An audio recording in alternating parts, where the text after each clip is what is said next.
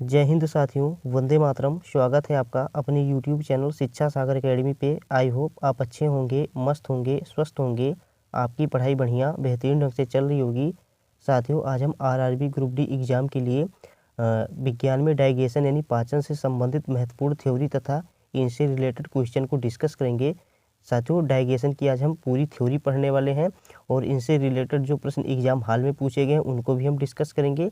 तो क्लास काफ़ी इंपॉर्टेंट है। आपसे विनती है कि आप क्लास को बीच में बिल्कुल भी स्किप मत कीजिएगा, क्योंकि बहुत ही इंपॉर्टेंट क्लास होने वाली है। साथियों, आज ही हमारी पहली क्लास है साथियों साइंस की, और इसमें हम साथियों बायोलॉजी में सर्वप्रथम पाचन का चैप्टर लिए हैं।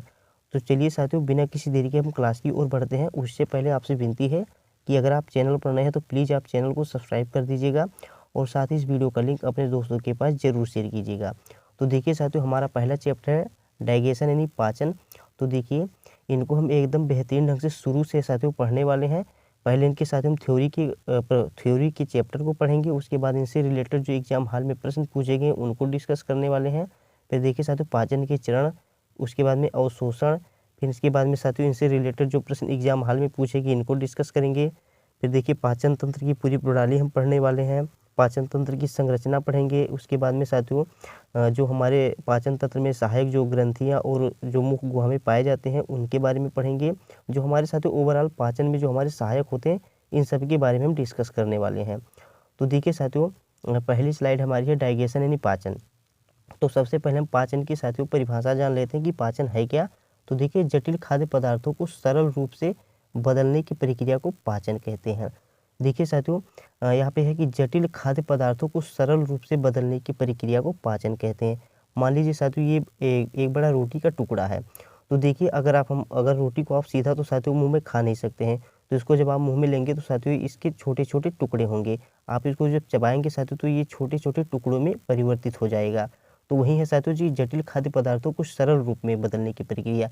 यानी रोटी के छोटे छोटे टुकड़े साथियों हो जाएंगे जब आप उसको मुंह में चबाएंगे, तो ये छोटे छोटे टुकड़े हो जाएंगे। उसके बाद में जो शरीर में उपस्थित लार और वो साथियों जो जीभ होती है इसका एक पेस्ट बना देगा, जो हमारे मुख में साथियों पाचन की प्रक्रिया को बहुत ही आसान कर देता है।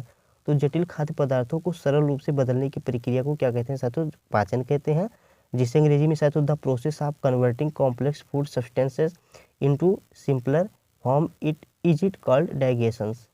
तो यह साथियों जटिल खाद्य पदार्थों को सरल रूप में बदलने की प्रक्रिया को पाचन कहते हैं। अब देखिए साथियों, अगर आप भोजन में कार्बोहाइड्रेट लेते हैं तो ये हमारा किस में परिवर्तित करता है? ग्लूकोज में परिवर्तित करता है। उसके बाद आप वसा लेंगे तो देखिए साथियों, वसा युक्त अगर आप भोजन कर रहे हैं तो ये हमारा क्या किस में परिवर्तित हो जाएगा? हमारा वसीय अम्ल में परिवर्तित होगा। आप प्रोटीन ले रहे हैं साथियों तो ये अमीनो अम्ल में परिवर्तित होने वाला है। लेकिन एक इम्पॉर्टेंट पॉइंट है, इसको आप ध्यान में रख के चलिएगा साथियों।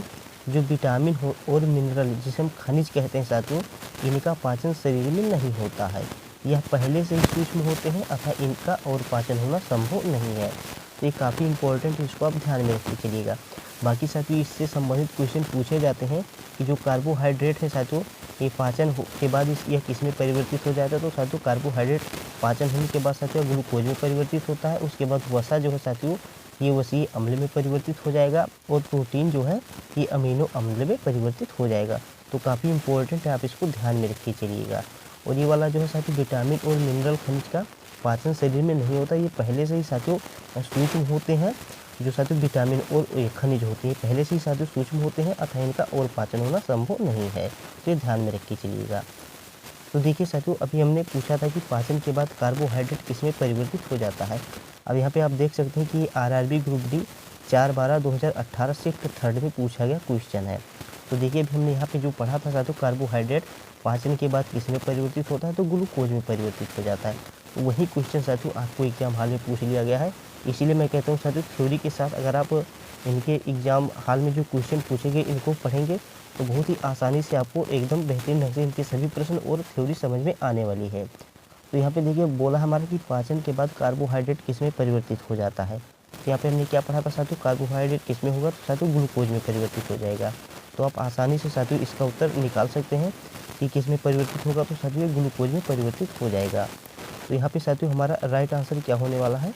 राइट आंसर हमारा ऑप्शन नंबर बी ग्लूकोज हो जाएगा। तो ऑप्शन नंबर बी साथियों यहाँ पे हमारा करेक्ट आंसर होगा।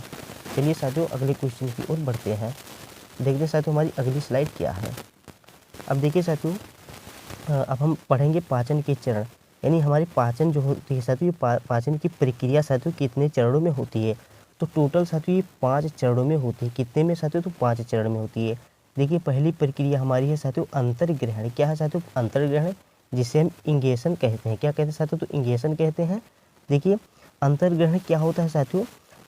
भोजन को ग्रहण करने की प्रक्रिया अंतर्ग्रहण कहलाती है। यह प्रक्रिया कहाँ पे होती है साथियों? तो मुख में ही हो जाती है। कहाँ पे साथियों? तो मुख में ही होती है। तो इसको हम साथियों कहते हैं अंतर्ग्रहण, जिसे अंग्रेजी में साथियों इंगेशन भी कहते हैं। नेक्स्ट हमारी साथियों पाचन, जिसे हम डाइजेशन कहते हैं। तो जो जटिल खाद्य पदार्थों को सरल अणुओं में तोड़ने की प्रक्रिया पाचन कहलाती है।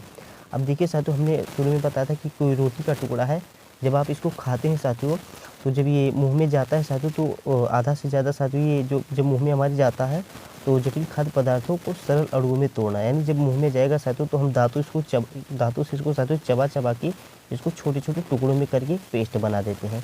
तो हमारा साथियों पाचन मुख में ही हो जाता है, मतलब आधा से ज़्यादा। तो देखिए जटिल खाद्य पदार्थों को सरल अणुओं में तोड़ने की प्रक्रिया क्या कहलाती है? तो पाचन कहलाती है। पहला चरण हमारा हो गया साथियों अंतर्ग्रहण, यानी भोजन को ग्रहण करने की प्रक्रिया अंतर्ग्रहण, और दूसरा हो गया साथियों पाचन। तो जटिल खाद्य पदार्थों को सरल अणुओं में तोड़ने की प्रक्रिया हमारी पाचन हो गई। नेक्स्ट हमारा साथियों अवशोषण, जिसको हम साथियों एब्जॉर्प्शन भी कहते हैं। तो देखिए यह क्या है? तो पचे हुए भोजन की अवशोषण की प्रक्रिया को अवशोषण कहते हैं। क्या है साथियों? तो जो पचे हुए भोजन होते हैं, इनकी अवशोषण की प्रक्रिया को अवशोषण कहते हैं। तो जो साथियों हमारे भोजन पच जाते हैं, अभी यहाँ पे हम आपको समझाएंगे। जब आप भोजन मुख गुहा में साथियों यहाँ पे अपने भोजन को रखते हैं, उसके बाद जब ग्रसनली के माध्यम से साथियों जो भोजन होती है स्टोमक में आती है। कहाँ पे आती है? तो साथियों स्टोमक में आएगी। स्टोमक के बाद हमारी साथियों ये भोजन आती है साथियों छोटी आंत में। देखिए यहाँ से छोटी आंत में आती है। जब छोटी आंत में जाती है, तो यहाँ से साथियों हमारी भोजन जो होती है साथियों ये अवशोषण हो जाती है। तो क्या होती है? तो साथियों जो ब्लड होती है, ये हमारे भोजन को साथियों अवशोषित कर लेती है। जो इसमें जिस चीज़ की इसको साथियों ज़रूरत होती है, वह चीज़ इसको अवशोषित कर लेती है, यानी पूरे शरीर में इसको भेज देती है। तो वही है साथियों यहाँ पे हम पढ़ रहे हैं। ये यहाँ पे साथियों देखिए अवशोषण, यानी पचे हुए भोजन जो साथियों मुख गुहा में भोजन हमारे पच जाते हैं ग्रसनली के माध्यम से, पेट में फिर आते हैं, फिर पेट से हमारी छोटी आंत में जाती है। तो उसमें से जो साथियों हमारे होते हैं भोजन के अवशेष, उसको साथियों अवशोषण करने की प्रक्रिया साथियों हमारी अवशोषण कहलाती है। उसके बाद में साथियों स्वांगीकरण जिसे हम साथियों एसिमिलेशन कहते हैं। ये पचे हुए भोजन का उपयोग ऊर्जा और वृद्धि और मरम्मत के लिए करता है। तो चौथा स्टेप हमारा साथियों स्वांगीकरण हो गया। उसके बाद में साथियों पांचवा स्टेप हमारा मलत्याग, जिसे हम उत्सर्जन कहते हैं। मलत्याग यानी साथियों उत्सर्जन, यानी अपचित भोजन को शरीर से बाहर निकालने की प्रक्रिया को मलत्याग या उत्सर्जन कहते हैं। तो पांचवी प्रक्रिया हमारी साथियों मलत्याग होगी। तो देखिए अगर एग्जाम हाल में आपसे क्वेश्चन पूछे कि पाचन के चरण कितने होते हैं, तो साथियों 5 होते हैं। पहला अंतर्ग्रहण, दूसरा पाचन, तीसरा हो गया अवशोषण, चौथा हो गया स्वांगीकरण, और पांचवा हो गया साथियों मलत्याग, जिसे हम इगेशन भी कहते हैं।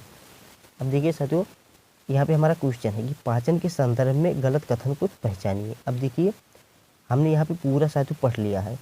अब देखिए यहाँ पे हमने पूरा पढ़ लिया, इनके पांचों चरणों को पढ़ लिया है साथियों। अब इन्हीं में से हमसे क्वेश्चन पूछा गया है, और ये क्वेश्चन कब पूछा गया? तो आरआरबी ग्रुप डी 2021 का पूछा गया क्वेश्चन है कि गलत के संदर्भ में साथियों पाचन के संदर्भ में गलत कथन को पहचानिए। तो आप आसानी से इसका उत्तर निकाल सकते हैं।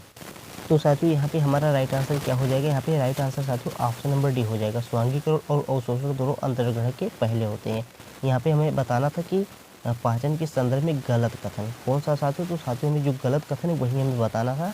तो ऑप्शन नंबर डी यहाँ पे हमारा राइट आंसर हो जाएगा। देखिए साथियों अब हम पाचन तंत्र, अभी हमने यहाँ पे पढ़ा था कि अगर हम भोजन लेंगे साथियों, ये वाली भी हमने बताया आपको कि जब हम भोजन मुख गुहा में रखते हैं साथियों, तो यहाँ पे जब साथियों इसको हम छोटे छोटे अणुओं में इसको हम चबा के एकदम उसका पेस्ट बना लेते हैं। और हाँ साथियों मुख में हमारी कुछ ग्रंथियाँ भी पाई जाती हैं, अभी इसको हम आगे पढ़ेंगे। तो जो ग्रंथियाँ होती हैं ये साथियों हमारे भोजन को एकदम पेस्ट बनाने में काफ़ी सहायता करती हैं। तो उसके बारे में भी हम आगे पढ़ेंगे। तो जो भोजन साथियों होता है हमारा मुख गुहा में साथियों ये बन के उसके बाद में ग्रसनली यानी फूड पाइप के द्वारा साथियों हमारा कहाँ पे आता है? ये आता है हमारा स्टोमक में आता है। स्टोमक के बाद साथियों ये यहाँ पे साथियों पेट होता है। तो जिसे हम पेट कहते हैं, स्टोमक में साथियों हमारी जठर ग्रंथियाँ पाई जाती हैं।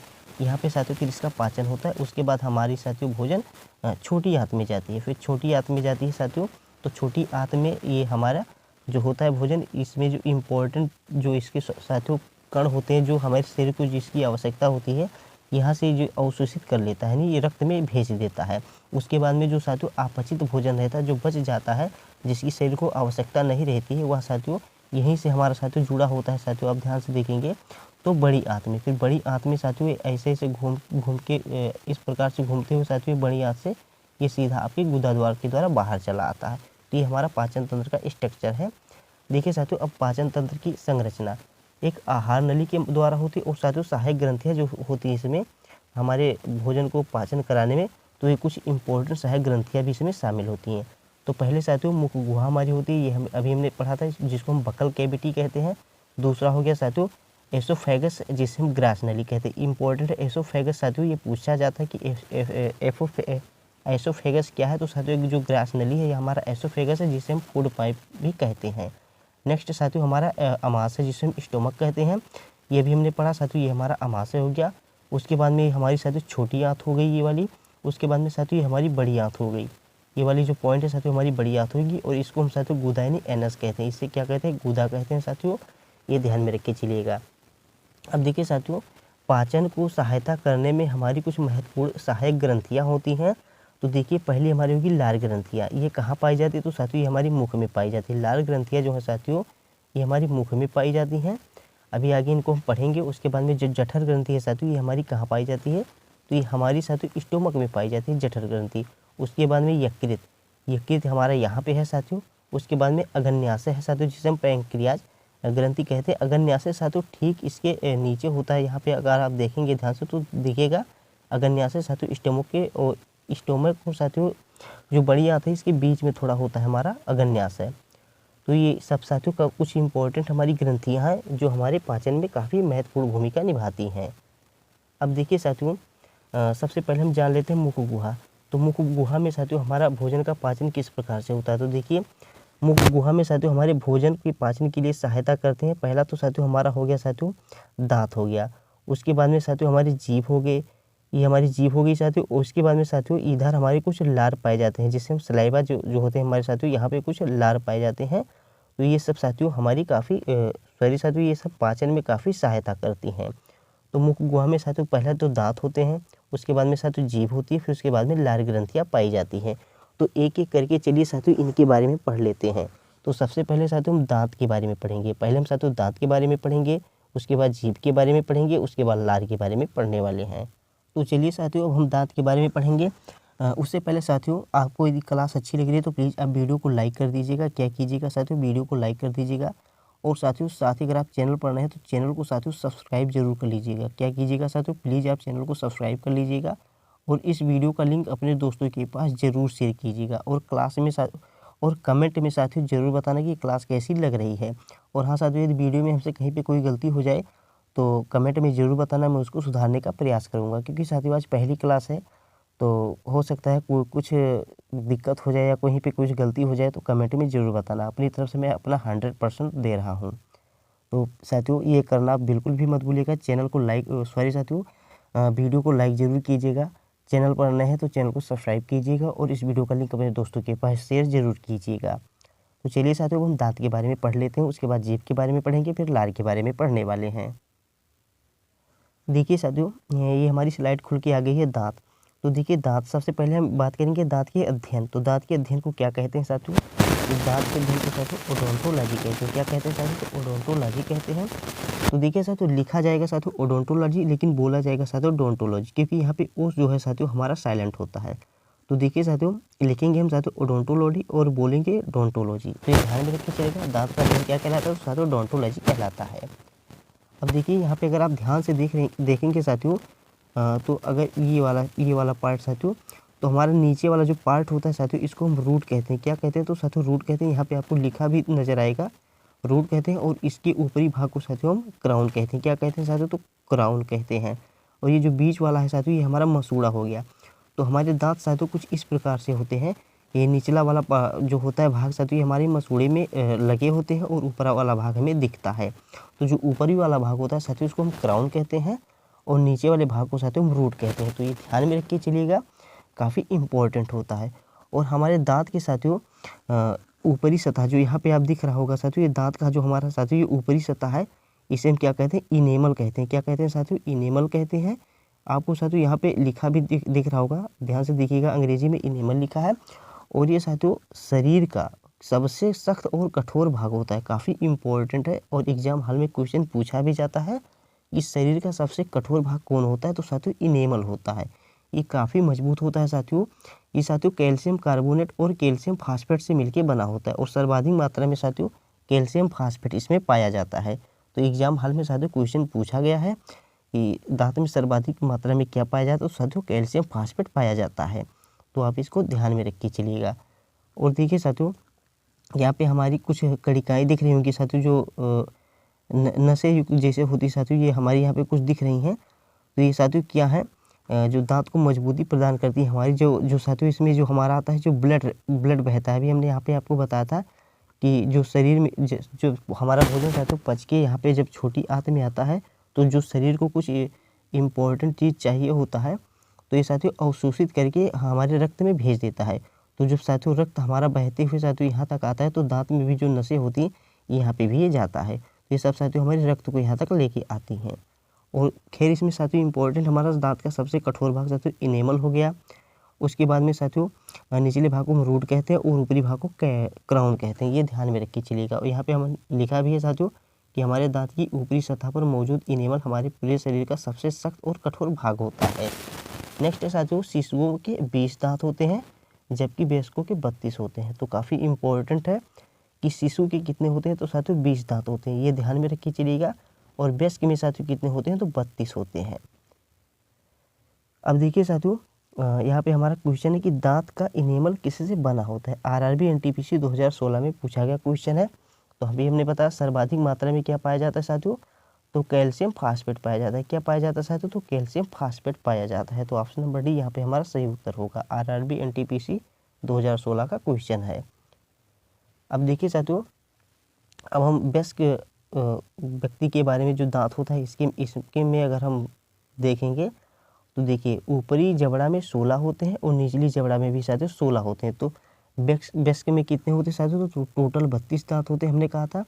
तो ऊपरी जबड़ा में साथियों 16 होंगे और निचली जबड़ा में साथियों हमारे 16 होंगे। तो टोटल कितने होंगे साथियों, 32 होंगे। तो ये जो दांत दिख रहे हैं साथियों आपको, इनके बारे में अगर हम पढ़ेंगे, इनके बारे में अगर हम जानेंगे कि ये दांत कौन से हो, इनके नाम क्या है और ये इनके कार्य क्या है, तो देखिए बहुत आसानी से हम ज्ञात कर सकते हैं। जो दांत साथियों ऊपरी भाग में पाए जाते हैं और वही दांत साथियों निचले भाग में पाए जाते हैं, उनका भी वही नाम है और उनका भी वही काम है। तो देखिए हमारे पास टोटल साथियों 32 दांत होते हैं। तो हमें 32 दांत के बारे में नहीं पढ़ना है। अब देखिए 8 दांत हमारे इधर होते हैं साथियों और 8 दांत हमारे इधर भी होते हैं। तो एक एक करके साथियों इनके बारे में हम पढ़ेंगे। अगर हम इधर वाले दांत के बारे में अगर पढ़ लेंगे साथियों, तो इसी से हमारा नीचे वाला भी क्लियर हो जाएगा और इधर वाला भी क्लियर हो जाएगा, क्योंकि सेम चीज़ वही कार्य और सेम काम उनका वही रहता है साथियों। तो चलिए अब हम जान लेते हैं कि साथियों इन दांतों के बारे में कि इनको क्या कहते हैं। तो देखिए साथियों अगर हम ध्यान से देखेंगे तो एक ये हो गया और एक ये हुआ। ये जो दोनों दांत हैं हमारे साथियों, ये हमारे कृतंक दांत है। क्या है तो साथियों कृतंक, जिसे हम इंसीजर कहते हैं। क्या कहते हैं साथियों, तो इन्हें हम इंसीजर कहते हैं। तो ये साथियों हमारी क्या है, तो ये हमारे साथियों कृतंक दांत हैं। तो कितने हैं साथियों कृतंक दांतों की संख्या हमारे, तो यहाँ पे टोटल हम लिखते हैं साथियों 2 है। कृतंक दांतों की संख्या यहाँ पे हमारी 2 है। उसके बाद में ये साथियों हमारा जो दिख रहा है ये वाला दांत, ये हमारा साथियों रदनक है। रदनक दांतों की संख्या साथियों 1 होगी। उसके बाद में साथियों अग्रचौड़क, यहाँ पे अगर आपको दिखेगा साथियों ये अग्रचौड़क है। और बात करें साथियों इधर हम अग्रचौड़क की, तो अग्रचौड़क में साथियों हमारे टोटल 2 दांत पाए जाते हैं। कितने साथियों, तो यहाँ पे हमारे 2 दांत पाए जाते हैं। और नेक्स्ट है हमारा साथियों चौड़क। क्या है साथियों, तो चौड़क जो है हमारा जिसे मोलर कहते हैं, तो इनकी संख्या साथियों 3 होगी। ध्यान से देखेंगे साथियों तो यहाँ पे हमें 3 दिख रहा है। तो इनकी संख्या साथियों कितनी होने वाली है, तो 3 होने वाली है। तो देखिए अब हमारा दंत सूत्र साथियों हमारा पता चल गया। इसी से आप इसका साथियों दंत सूत्र भी निकाल सकते हैं। हमारे देखिए 2 1 2 3, फिर उसके बाद में साथियों 2 1 2 3, ये हमारा साथियों क्या है, तो ये हमारा साथियों दंत सूत्र है, ये इम्पोर्टेंट है। अब देखिए साथियों 2 1 2 3, अब 2 1 2 3 दांत ये मतलब इधर हमारे हुए और फिर इसी प्रकार साथियों 2 1 2 3 दांत हमारे यहाँ पे भी होंगे। ठीक ऐसे यहाँ पे हमारे ऊपर भी होंगे साथियों, ठीक इसी प्रकार हमारे ऊपर भी होंगे। तो वही साथियों 2 1 2 3, क्या साथियों, तो 2 1 2 3, इससे हम आसानी से निकाल सकते हैं कि हमारे पास साथियों 2 कृंतक दांत होते हैं, एक रदनक होता है, 2 साथियों अग्र चौरड़क होता है और 3 चौरड़क होते हैं। तो ये था साथियों हमारे वयस्क में दांत जो होते हैं। अब चलिए हम बच्चों में दांत के बारे में जान लेते हैं। तो देखिए साथियों ये हमारे बच्चों के दांत हैं।